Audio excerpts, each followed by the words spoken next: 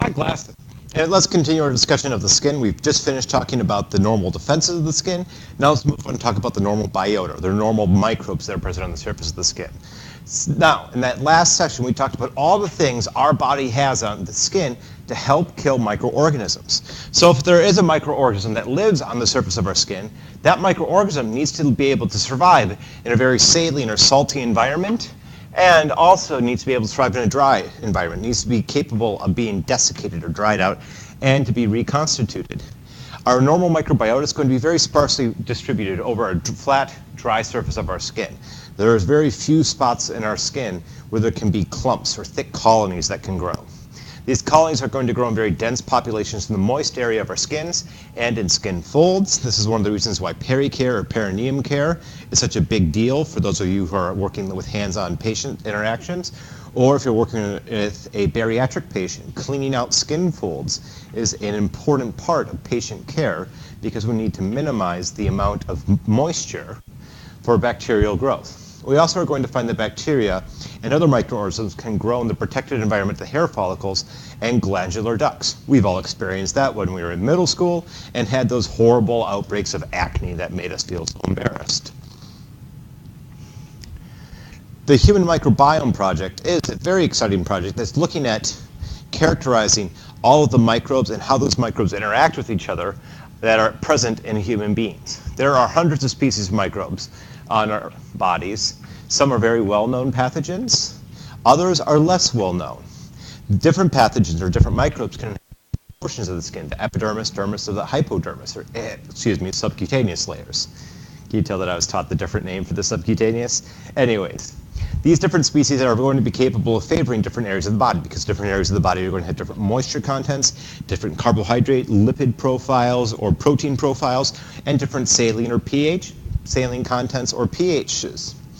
Because different individuals are going to have different conditions their skin is exposed to, different individuals are going to have different species of microbes living on the surface of their skin.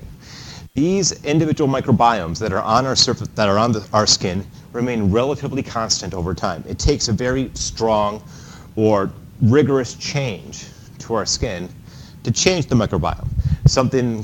Some strong change could include moving from an arid to a tropical environment. Or you could go on Accutane for a while and have your sebaceous glands shut down.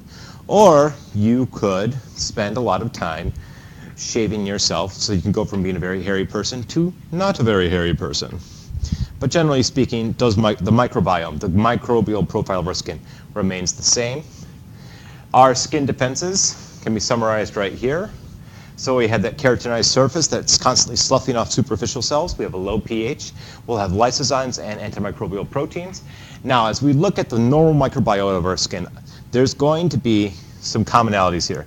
We have lots of streps and staphs that live on the surface of our skin. Streptococcus and staphylococcus are very common skin bacterium.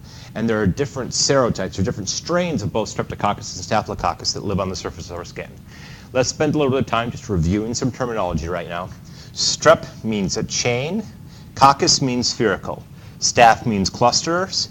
Coccus means spherical. So streptococcus is going to be a bacterium that grows in chains of spherical balls, whereas staphylococcus grows in irregular clusters of spherical balls.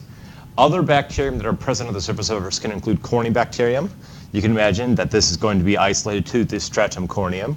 We'll have Pseudomonas, Propionibacterium, Lactobacillus, and some yeast, aka Candida.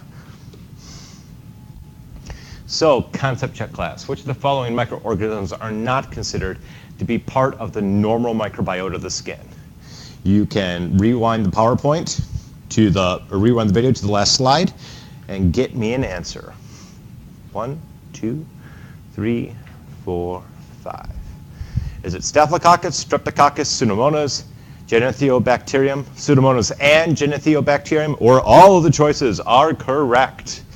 Well, absolutely not Staphylococcus and Streptococcus. Those are classic skin microbes. So now we can eliminate F as well. Let's go back a slide and check the figures. We have strep and staph, cornybacterium, propionibacterium, Pseudomonas, Lactobacillus, and Candida. The only one that was not present was the Genithobacterium, which is not part of the normal microbiota of the skin.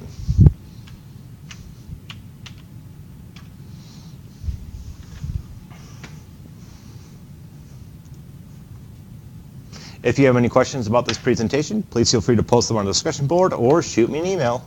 Happy studies!